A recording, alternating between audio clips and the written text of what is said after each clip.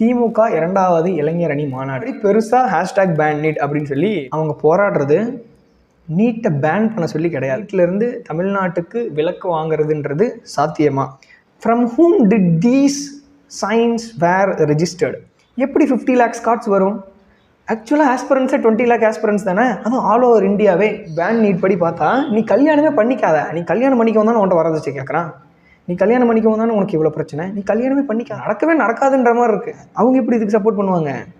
டோட்டலாக ஹோப்பே கட்டு, வேறு வழியே கிடையாது. அவனுக்கு விளக்கு கொடுத்தா எனக்கும் விளக்கு கொடுன்னு தான் கேட்பாங்க. அதுக்கு தான் ஆளுங்க முன்னே நிற்கிறாங்க. So the conclusion is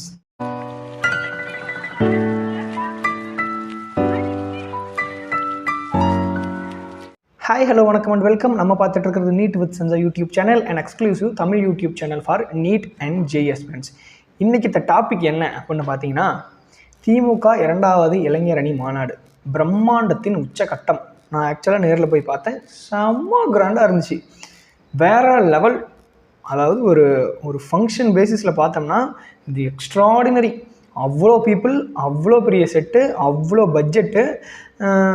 actually பார்த்தா ஒரு 15 கிலோமீட்டருக்கு அந்த மாநாட்டுக்கு போகிற வண்டி மட்டுமே டிராஃபிக்கில் நின்றுச்சு. அந்த வண்டியில் இருக்கிறவங்க இறங்கி போய் மாநாடை பார்த்துட்டு வந்ததுக்கப்புறமாவும் அந்த வண்டி டிராஃபிக்லேருந்து கிளியர் ஆகலை, அவ்வளோ கூட்டம் இருந்துச்சு.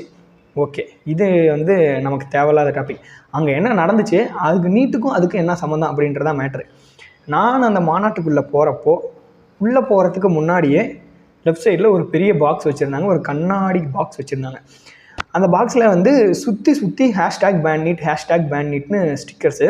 அந்த கண்ணாடிக்கு முன்னாடி பெருசாக ஹேஷ்டாக் பேன் நீட் அப்படின்னு சொல்லி ஒரு பெரிய டேகு. அதுக்குள்ளே நிறைய கார்ட்ஸ் இருந்துச்சு, சின்ன சின்னதாக ஏகப்பட்ட கார்ட்ஸ் இருந்துச்சு. அந்த கார்ட்ஸ் எதுக்கு வச்சுருக்காங்க, ஏது வச்சுருக்காங்க எனக்கு தெரியல. நான் மாநாட்டுக்குள்ளே போயிட்டேன். மாநாடு முடிச்சுட்டு நான் வெளியே வர்றப்போ அந்த கண்ணாடி பாக்ஸ் திறந்துருந்துச்சு. அதுக்குள்ளே போயிட்டு அந்த கார்டு எடுத்து எல்லாருமே படித்து பார்க்குற மாதிரி ஒரு ஆப்ஷன் இருந்துச்சு. ஸோ என்னடா பேன் நீட்டுன்னு போட்டிருக்காங்களே, என்ன விஷயம் அப்படின்னு சொல்லிட்டு படித்து பார்க்கலான்னு நானும் உள்ளே போய் கார்ட்ஸ் எடுத்து படித்து பார்த்தேன். ஆக்சுவலாக என்ன மேட்டர்னா, அவங்க இந்த நமக்கு தெரியும், இப்போ நமக்கு இருக்க ரூலிங் பார்ட்டி டிஎம்கே, அவங்க நீட்டுக்கு எகெயின்ஸ்டாக போராடுறாங்க, நிறைய ட்ரை பண்ணுறாங்க அப்படின்றது நமக்கு தெரியும். ஆக்சுவலாக அவங்க சொல்கிறது, அவங்க போராடுறது நீட்டை பேன் பண்ண சொல்லி கிடையாது. தமிழ்நாட்டுக்கு நீட் தேர்விலிருந்து ஒரு விலக்கு, which means that's not ban NEET, that's we need an exemption from NEET for Tamil Nadu, அதுதான். பட் இவங்க இதுக்கு போராடுறப்போ அவங்க ஏன் ஹேஷ்டாக் பேன் நீட்னு வச்சாங்கன்னு எனக்கு தெரியல. இது ரெண்டுக்குமான வித்தியாசம் உங்களுக்கு புரிஞ்சிருக்குன்னு நினைக்கிறேன். பேன் நீட் அப்படின்னா நீட்னு ஒரு விஷயம் இருக்கவே கூடாது, இங்கேன்னு இல்லை எங்கேயுமே இருக்கக்கூடாது, அதுக்கு பேர் தான் பேன் நீட். ஆனால் இவங்க போராடுறது தமிழ்நாட்டில் எங்களுக்கு நீட் இல்லாமல் இருந்தால் போதும், அதுக்காக தான் அவங்க போராடுறாங்க. ஸோ அதில் ஒரு கார்ட்ஸ் எடுத்து நான் படித்து பார்த்தேன். அதில் என்ன மேட்டர்னா, 50 நாட்கள் 50 லட்சம் கையொப்பங்கள், அது அந்த இயக்கத்தோட பெயர்.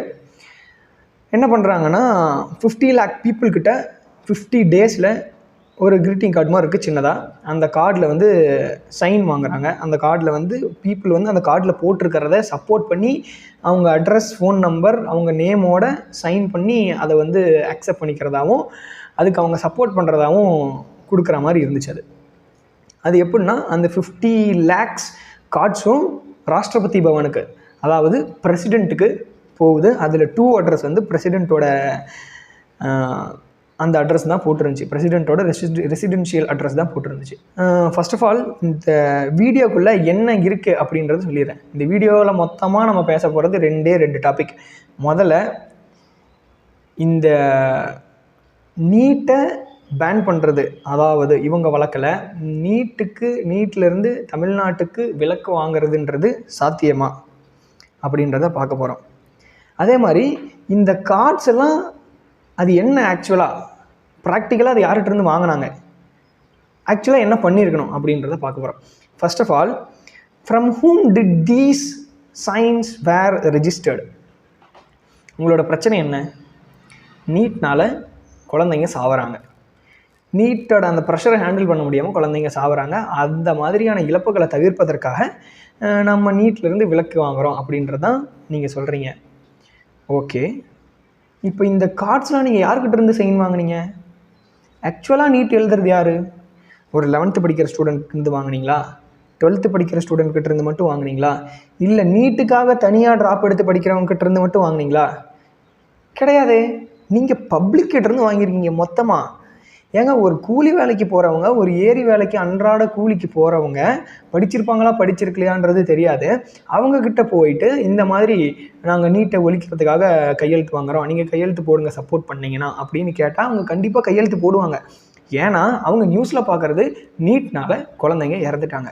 அவங்களுக்கும் ஒரு மனசாட்சியில் உறுத்தும், நீட்னால குழந்தைங்க இறந்துட்டாங்க, அப்படி இறப்பை தவிர்ப்பதற்காக நாமளும் சப்போர்ட் பண்ணுவோமேன்னு கையெழுத்து போடுவாங்க. ரியாலிட்டி யாருக்கு தெரியும்? ரியாலிட்டி என்னை பொறுத்த வரைக்கும் ஈவன் அந்த ஆஸ்பிரன்ஸோட பேரண்ட்ஸுக்கு கூட தெரியாது.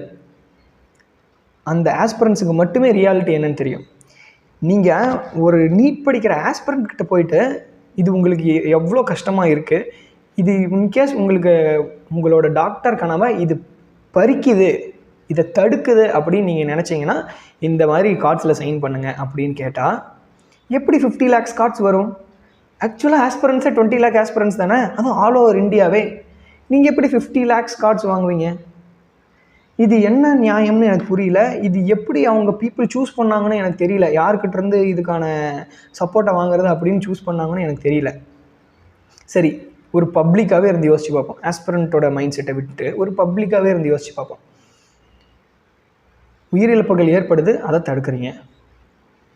தமிழ்நாட்டில் எத்தனையோ ஜாதி கொலைகள் நடக்குது, அதுக்கு என்ன பண்ண முடியும்? ஜாதிங்கிறது மைண்டில் ஏற்றிக்காதீங்கடா, அது சும்மா நாம் வச்சுக்கிட்டதுடான்னு நம்ம சொல்லத்தான் முடியும்.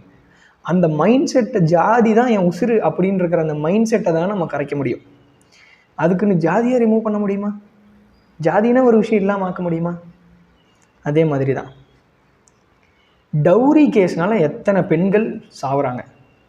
ஓகே, அதுக்கு இந்த டவுரின்ற மைண்ட் செட்டு தப்புடா, அதை மாற்றிக்கங்கடா, அதை தப்புடா அப்படின்னு சொல்லி திருத்தணும். அதுதான் ஒரு குட் கவர்மெண்ட்டுக்கு அடையாளம். அதுக்கு அவங்க என்ன சொல்கிறாங்க? ஆக்சுவலாக இந்த நீட் படி பார்த்தா நீ கல்யாணமே பண்ணிக்காத, நீ கல்யாணம் பண்ணிக்கவும் தானே உன்ட்ட வரதட்சணை கேட்குறான், நீ கல்யாணம் பண்ணிக்கவும் தானே உனக்கு இவ்வளோ பிரச்சனை, நீ கல்யாணமே பண்ணிக்காத அப்படிங்க. இது எந்த விதத்தில் நியாயம்? அப்படி இருக்குது நம்ம நிலமை. இப்போது இதுதான் மேட்ரு. யார்கிட்டேருந்து கையெழுத்து வாங்கினாங்கன்னு தெரில, யார்கிட்டேருந்து கையெழுத்து வாங்கி இருக்கணும் அப்படின்றதையும் நம்ம சொல்லியிருக்கோம். எதை மாற்றணும்? நீட்டை மாற்றணுமா? கிடையாது. நீட்டு மட்டும் அவன் வாழ்க்கை இல்லைடா, நீ ஒன்றா திரும்ப ட்ரை பண்ணு, இல்லைனா வேறு விஷயத்துக்கு போ அப்படின்ற அந்த மைண்ட் செட்டை ஸ்டூடெண்ட்ஸ்க்கு இன்ஃப்யூஸ் பண்ணோம். நீட் இல்லைனா நான் செத்துருவேன், நீட் இல்லைனா ஒன்றும் கிடையாது அப்படின்ற மைண்ட் செட்டை ஸ்டூடெண்ட்ஸ் கிட்டேருந்து ரிலீஸ் பண்ணோம். இதுக்கு டீச்சர்ஸையும் சரி, பேரண்ட்ஸையும் சரி இதுக்கான அவேர்னஸ் ப்ரோக்ராம் கண்டக்ட் பண்ணோம். இதுக்கு கேன்வாஸ் பண்ணோம். நீ இதையெல்லாம் விட்டுட்டு எனக்கு நீட்டே வேணாம், நீட் இருக்கவும் தான் நீ சாவற அப்படின்னா கல்யாணம் பண்ணவும் தானே நீ சாவற அப்படின்னு கேட்குற மாதிரி இருக்குது. சரி, ஓகே, ஃபைன். நம்ம இதை இன்னும் பேச ஆரம்பித்தோம்னா அரசியலுக்குள்ளே போகிற மாதிரி இருக்கும். But this channel is not meant to talk about politics. இது நீட்டை பற்றி பேசுகிற சேனல். ஸோ நீட்டை பற்றி நமக்கு என்ன பிரச்சனையோ அதை மட்டும் நம்ம பேசுவோம். அண்ட் ஓகேடா, எல்லாம் விட்றா, இதில் ப்ராக்டிக்கலாக நீ என்ன பண்ணியிருக்க, யார்கிட்ட சைன் வாங்கியிருக்க, என்ன பண்ணணும், இது எல்லாமே விட்டுத்தள்ளு, போயிட்டு போகுது. நம்ம ரெண்டாவது டாபிக் வருவோம். Is it practically possible? இதுதான் முக்கியமாக நமக்கு தேவைப்படுறது. நீட்டை தமிழ்நாட்டில் பேன் பண்ணுறதுன்றது ப்ராக்டிக்கலி பாசிபிளா அப்படின்றதான் நம்ம பார்க்க வேண்டியது. அப்படி பார்த்தா ஒரு அனலைஸ் பண்ணால் அது நடக்கவே நடக்காதுன்ற மாதிரி இருக்குது. அதுக்கான ரீசன்ஸும் நான் சொல்கிறேன் பாருங்கள். ஆக்சுவலாக என்னென்னா, நீட் ஆல் ஓவர் இந்தியா இருக்கணும் அப்படின்றது ஒரு கவர்மெண்ட்டோட ரூல். அதுக்கு எந்த விதமான எக்ஸம்ஷனும் யாருக்கும் கொடுக்கக்கூடாது அப்படிங்கிறது சுப்ரீம் கோர்ட்டோட ஆர்டர். புரியுதுங்களா? அது கவர்மெண்ட்டோட ரூல். பட் அதுலேருந்து எக்ஸப்ஷன் எதுவும் கொடுக்கக்கூடாது அப்படின்றது சுப்ரீம் கோர்ட்டோட ஆர்டர். இப்போது இவங்க என்ன சொல்கிறாங்கன்னா, சுப்ரீம் கோர்ட்டோட ஆர்டரை நாங்கள் டிஸ்மிஸ் பண்ணுவோம், சுப்ரீம் கோர்ட்டோட ஆர்டரை நாங்கள் உடைப்போம் அப்படின்னு சொல்கிறாங்க. அது எந்த மாதிரி உடைப்போம்னு சொல்லி அந்த கார்டில் மென்ஷன் பண்ணியிருக்காங்கன்னு பார்த்தீங்கன்னா 69% ரிசர்வேஷன் அப்படின்னு சொல்லிட்டு ஒரு கேஸ் இருக்குது. அதே மாதிரி ஜல்லிக்கட்டு கேஸ் இருக்குது. இதை ரெண்டையும் நம்ம போராடி அந்த கேஸை உடைச்ச மாதிரி இந்த நீட்டுக்கும் நம்ம போராடி அந்த கேஸை உடைப்போம் அப்படின்னு அவங்க சொல்கிறாங்க. ஆக்சுவலாக ஜல்லிக்கட்டு கேஸு பீட்டான்ற ஒரு organization, people for ethical treatment of animals அப்படின்ற ஒரு ஆர்கனைசேஷன் சுப்ரீம் கோர்ட்டில் கேஸை போட்டு நிறுத்தினாங்க. அதுவும் அது இடைக்கால தடை தான் விதித்தாங்க ஜல்லிக்கட்டுக்கு. அதுக்கு நம்ம போராடணும். அது that's our protest against PETA. Supreme கோர்ட்டோட ஆர்டருக்கு எதிராக நம்ம போராடல, நாம் பீட்டாவுக்கு எதிராக போராடணும். ஓகேங்களா? மொதல் விஷயம் முடிஞ்சுது. அடுத்து இந்த 69% ரிசர்வேஷன்ன்றது ஆக்சுவலாக இது என்ன மேட்டர்னா, ஒரு ஷார்ட் ஸ்டோரியாக சொல்லிடுறேன். கவர்மெண்ட் வந்து ஒரு ஸ்டேட்டுக்கான ரிசர்வேஷன் அப்படின்றத சென்ட்ரல் கவர்மெண்ட்டு 50% கேப்பு அப்படின்னு போட்டிருந்தாங்க. அதாவது ஒரு ஸ்டேட்டுக்கான ரிசர்வேஷன்ன்றது 50% தாண்டக்கூடாது, 50% கம்மியாக தான் இருக்கணும், இல்லைன்னா 50% தான் இருக்கணும் அப்படின்ற மாதிரி ஒரு விஷயம் வந்துச்சு. அது வந்து ரொம்ப காலத்துக்கு முன்னாடியே வந்துருச்சு. ஈவன் நம்மளாம் பிறக்கிறதுக்கு முன்னாடியே வந்துருச்சு. அதுக்கு வந்து ரொம்ப நாள் கழித்து போராடி, இல்லை எங்களோட ஸ்டேட்டுக்கான ரிசர்வேஷன் எங்களுக்கு 69% வேணும் அப்படின்னு சொல்லி நம்ம போராடி, ஒவ்வொரு இந்த கேஸ்ட்டுக்கு இவ்வளோ, இந்த கேஸ்ட்டுக்கு இவ்வளோ, இந்த கேஸ்ட்டுக்கு இவ்வளோ, இந்த கேஸ்ட்டுக்கு இவ்வளோ எங்களுக்கு தேவைப்படுது, ஸோ டோட்டலி 69% எங்களுக்கு வேணும் அப்படின்னு நாம் போராடி வாங்கினது தான் 69%. ஆனால் இந்த 69%க்கு நாம் மட்டும் போராடல, இந்த மாதிரி எத்தனையோ ஸ்டேட்ஸ் போராடி இருக்கிறாங்க. அதில் நாம் சீக்கிரமாக ஜெயிச்சிட்டோம். அதுதான் ஒரு மேட்ரு. மகாராஷ்டிரா இன்னமும் போராடுறாங்க, கர்நாடகாவும் இன்னமும் போராடுறாங்க, யாரும் போராடாமல் இல்லை, நாம் சீக்கிரம் ஜெயிச்சிட்டோம். That's what it is. ஓகேவா? இதை ரெண்டையும் அவங்க எக்ஸாம்பிளாக வச்சு இதே மாதிரி நான் நீட்டையும் அந்த ஜட்ஜ்மெண்ட்டையும் உடைப்பேன் அப்படின்னு சொல்கிறாங்க. ஓகே, இப்படி நீட்டை பேன் பண்ணுறதுக்கு 2 வழி இருக்குது. ஒரு வழி சுப்ரீம் கோர்ட்டோட அந்த ஜட்ஜ்மெண்ட்டை கட் ஆஃப் பண்ணுறது, சுப்ரீம் கோர்ட்டோட அந்த ஜட்ஜ்மெண்ட்டை உடைக்கிறது, அது வந்து நியாயம் இல்லை அப்படின்னு ப்ரூவ் பண்ணுறது. பட் அது வந்து நடக்காது. ஏன்னா சுப்ரீம் கோர்ட்டோட ஆர்டர் அது, அதாவது அவங்க எதுக்காக ஆர்டர் போட, சென்ட்ரல் கவர்மெண்ட்டோட ஒரு லாவுக்கு அவங்க ஒரு சப்போர்ட்டிங் ஆர்டர் போட்டிருக்காங்க. அதை வந்து நம்ம சுப்ரீம் கோர்ட்டுக்கிட்ட போயிட்டு நீ பண்ணுறது தப்பு அப்படின்னு நம்ம சொல்ல முடியாது. ஓகேங்களா? மொதல் வழி அவுட்டா. 2வது வழி, நம்ம ஸ்டேட்டில் இருக்கிறவங்கெல்லாம் ஸ்டெப் எடுத்து அதை பார்லிமெண்ட்டுக்கு கொண்டு போய் பேன் பண்ணுறது. இந்த செகண்ட் ஸ்டெப் தான் நம்ம ரூலிங் பார்ட்டி ட்ரை பண்ணுறாங்க. இதுக்கு வந்து சில ஸ்டெப்ஸ் இருக்குது, நிறைய ஸ்டெப்ஸ் இருக்குது. அதில் என்னென்ன நடந்திருக்கு, எது ப்ராக்டிக்கலி பாசிபிள், எது இம்பாசிபிள் நான் சொல்கிறேன் பாருங்கள். இதுக்கு முதல்ல சென்ட்ரல் கவர்மெண்ட்டு அந்த லாவை மாற்றி அமைக்கணும். அதாவது எல்லா ஸ்டேட்டுக்கும் கிடையாது, கேட்குறவங்களுக்கு மட்டும்தான் அப்படின்னு மாற்றி அமைக்கணும்.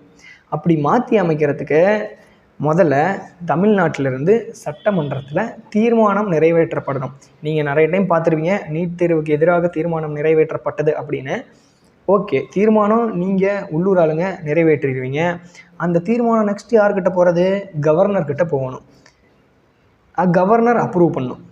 நமக்கு Tamil Nadu governor RN Ravi sir, அவர் பிஜேபி ஆள், அவர் எப்படி அப்ரூவ் பண்ணுவார்? ஓகேவா? அவர் அப்ரூவ் பண்ண மாட்டார். Okay, fine. ஓகே, இன்கேஸ் அவர் அப்ரூவ் பண்ணுறாருன்னு வச்சுக்கோங்க, அவர் அப்ரூவ் பண்ணால் நெக்ஸ்ட் எங்கே போகணும்? பிரசிடெண்ட் கிட்ட போகணும். பிரசிடெண்ட் வந்து மிஸ் திரௌபதி முர்மு மேம். அவங்க முதல்ல கவர்னர் அக்செப்ட் பண்ணாலும் பிரசிடெண்ட் அக்செப்ட் பண்ணுறதுக்கு அவங்க சில க்ரைட்டீரியாஸ் வச்சுருப்பாங்க, அவங்க அக்செப்ட் பண்ணணும். ஓகே, அவங்களையும் கன்வின்ஸ் பண்ணியாச்சு, அவங்களும் அக்செப்ட் பண்ணிட்டாங்க. நெக்ஸ்ட்டு பார்ப்போம். நெக்ஸ்ட்டு இதை வந்து பார்லிமெண்ட்டுக்கு கொண்டு போகணும். பார்லிமெண்ட்டில் 2 இருக்குது, அதாவது ராஜ்யசபா அண்ட் லோக்சபா அப்படின்னு. இதில் 2/3 of the Rajya Sabha and Lok Sabha members இதை சப்போர்ட் பண்ணணும் பார்லிமெண்ட்டில். அப்போ தான் இதை வந்து ஓகே பண்ணுவாங்க. இங்கே தான் இருக்குது பிரச்சனையே, மெயின் பிரச்சனை இங்கே தான். என்னென்னு பாருங்கள், டோட்டலாக லோக்சபாவில் 550 பேர், அதில் 2/3ன்னு பார்த்தா 366 பேர் சப்போர்ட் பண்ணணும் அப்ராக்சிமேட்டாக. ஆனால் அந்த 550 பேரில் பிஜேபியோட எம்பிஸ் மட்டுமே 290 பேர். அதில் எப்படி நமக்கு 366 ஓட்டு கிடைக்கும்? முடிஞ்சா? நெக்ஸ்ட்டு ராஜ்யசபாவுக்கு வரலாம். ராஜ்யசபாவில் டோட்டலாக 250 பேர், அதில் 2/3 ஆஃப் த ஓட் நமக்கு கிடைக்கணும்னா 166 பேர் சப்போர்ட் பண்ணணும் அப்ராக்சிமேட்லி. ஆனால் அதில் பிஜேபி 82 பேர் இருக்காங்க, மீதி பார்த்தா 168 பேர். அந்த 168 பேரில் 166 பேர் நமக்கு ஓட்டு போடுவாங்களா? பிஜேபி ஓட்டு போட மாட்டாங்க, தெரிஞ்சு போச்சு. ஸோ அந்த 82 கழிச்சு விட்ருங்க. ரிமைனிங் இருக்கிறது 168 பேர். 168 பேரில் 166 பேர் நமக்கு சப்போர்ட் பண்ணுவாங்களா? யோசிச்சு பாருங்கள். ஏகப்பட்ட பார்ட்டிஸ் இருக்குது ஓவரால் தமிழ்நாடு. அதுலேயும் அந்த 250 பேர்லேயும் 12 பேரோ 13 பேரோ சம்திங் அது வந்து அவங்க எலெக்ஷன் மூலமாக வரமாட்டாங்க. அவங்கள வந்து வேறு யாரோ செலக்ட் பண்ணுவாங்க. சம்திங் அந்த எம்பிஸோ இல்லை அந்த பிரசிடென்ட்ஸோ எனக்கு கிளியராக தெரியல. பட் அவங்களாம் செலக்ட் பண்ணுவாங்க. அதில் 13 பேர் இருக்காங்க. அவங்க எப்படி இதுக்கு சப்போர்ட் பண்ணுவாங்க? இன்கேஸ் அவங்க பிஜேபியோட சப்போர்ட்டர்ஸாக இருந்தால் அவங்க எப்படி இதுக்கு சப்போர்ட் பண்ணுவாங்க? ஸோ அவங்களே சப்போர்ட் பண்ண மாட்டாங்க. லோக்சபாலையும் அடி வாங்கிருச்சு தீர்மானம், ராஜ்யசபாலையும் அடி வாங்கிருச்சு தீர்மானம். ஓகே, இங்கே டோட்டலாக ஹோப்பே கட்டு, வேறு வழியே கிடையாது.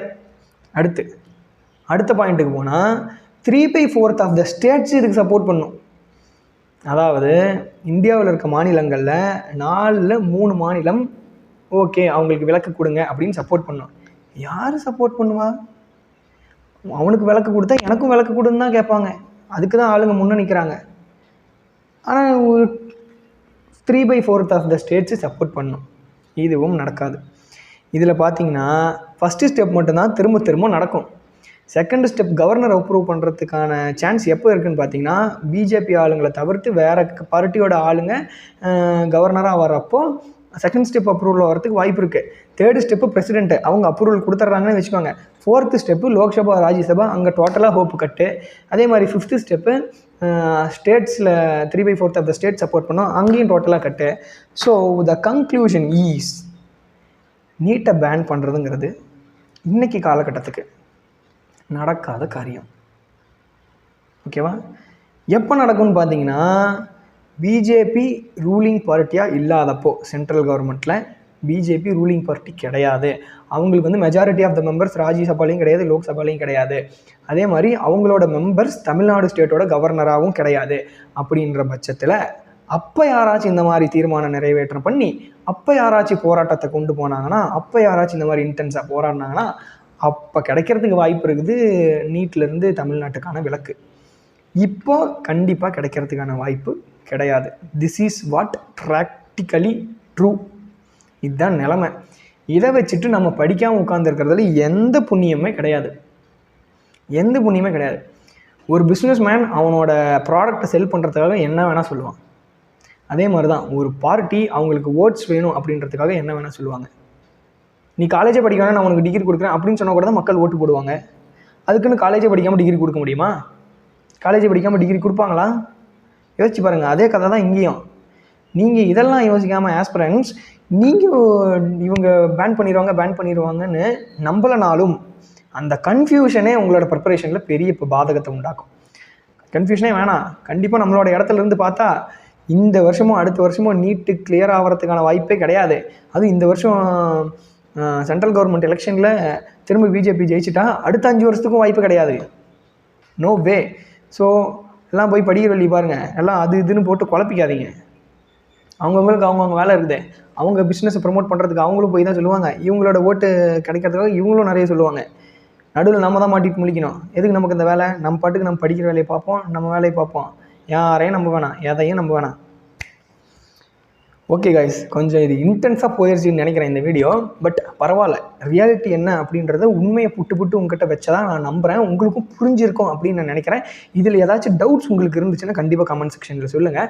இந்த மாதிரியான ஒரு டவுட்டோட உங்களோட ஃப்ரெண்ட் ஆஸ்பிரண்ட் யாராச்சும் இருந்தால் அவங்ககிட்ட இந்த வீடியோவை ஷேர் பண்ணுங்கள். அதே மாதிரி உங்களோட அப்பா அம்மாவோ இல்லை வேறு யாரோ ரிலேட்டிவ்ஸோ இந்த மாதிரி டவுட்ஸோடு இருந்தாங்கன்னா அவங்ககிட்டையும் இந்த வீடியோ ஷேர் பண்ணுங்கள். கண்டிப்பாக அவங்களுக்கு இந்த வீடியோ ஒரு கிளாரிட்டி கொடுக்கும். இந்த வீடியோவை லைக் பண்ணுங்கள், நிறைய பேருக்கு ஷேர் பண்ணுங்கள், உங்களோட தாட்ஸ் என்னென்னு கமெண்ட் பண்ணுங்கள். அதே மாதிரி நம்ம சேனலுக்கு சப்ஸ்கிரைப் பண்ணிக்கோங்க, பெல் ஐக்கான் தட்டி விட்டுக்கோங்க. அப்போ தான் என்னோடய வீடியோஸ் உங்களுக்கு நோட்டிஃபிகேஷனாக வரும். அதே மாதிரி நீங்கள் சேனல் லைக் பண்ணால் தான் இந்த மாதிரியான கண்டென்ட்ஸ் நீங்கள் லைக் பண்ணுறீங்க அப்படின்றது யூடியூப் அல்காரிதமுக்கு தெரியும். எனக்கும் இந்த மாதிரியான கண்டென்ட்ஸ் நீங்கள் விரும்புகிறீங்க அப்படின்றது எனக்கும் தெரியும். ஸோ இந்த மாதிரியான நீட் ரிலேட்டட் கண்டென்ட்ஸ் நிறைய நான் போடுறதுக்கு எனக்கும் ஒரு மோட்டிவேஷனாக இருக்கும்.